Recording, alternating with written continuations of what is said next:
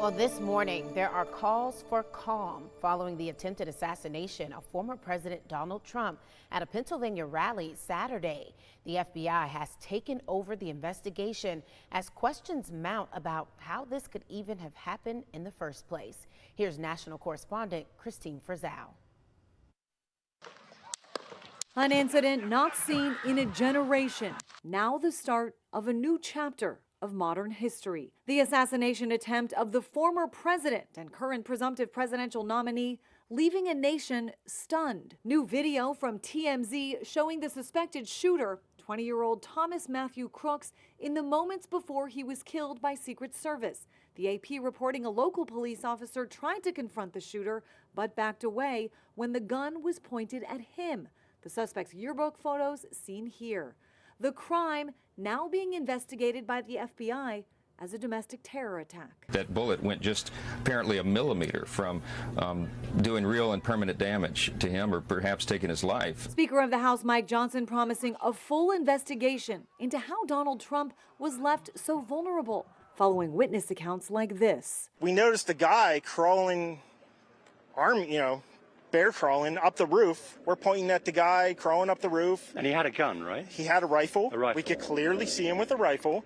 Absolutely. Police say he had explosives in his car and at his home and was just about 200 to 300 yards away from the stage where Donald Trump was speaking. How is it that someone could get on a roof with a superior position with a weapon and attempt to assassinate former President Donald Trump? It's just unthinkable, unfathomable. We need to know, is this a protocol failure? Is this a resources issue? A defiant Donald Trump arriving in Milwaukee for the Republican National Convention, saying he decided not to delay his trip, posting, "I cannot allow a shooter or potential assassin to force change to scheduling or anything else." President Joe Biden from the Oval Office addressing the nation Sunday night. A former president was shot, an American citizen killed, while simply exercising his freedom to support the candidate of his choosing. We must not go down this road in America.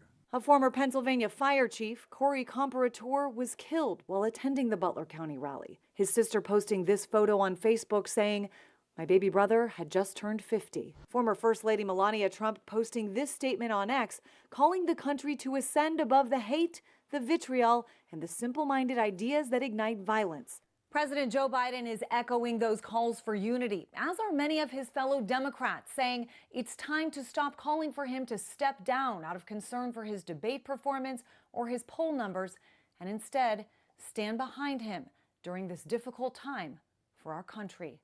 I'm Christine Frizzell reporting. Thanks, Christine. And President Joe Biden is calling on Americans to cool down the political rhetoric after that attempted assassination. He says political differences should be resolved at the ballot box. The power to change America should always rest in the hands of the people, not in the hands of a would-be assassin. You know, the path forward through competing visions of the campaign should always be resolved peacefully, not through acts of violence. Biden spoke for about 5 minutes from the Oval Office in a primetime address yesterday, using the moment to urge the country to unite as one nation. Now, he's promising a thorough and swift review into the shooting and is asking the public to not, quote, make assumptions about the shooter or shooter's motives or affiliations. He also noted the Republican National Convention is opening in Milwaukee today, while he himself will be traveling the country to campaign for re-election. Well, the U.S. Secret Service says it's fully prepared to ensure the Republican National Convention will be safe. The convention starts today and will run through Thursday. The agency says it will not make any changes to its security plan despite the assassination attempt. So we are confident in these security plans that are in place for this event, and we're ready to go. It's been an 18-month process. We've worked together over that 18 months to develop operational security plans for any and all aspects of security related to this event. We're not anticipating any changes to our operational security plans for this event. The Republican convention is considered a national special security event, which means the Secret Service manages planning, coordinating, and implementing security operations for the event.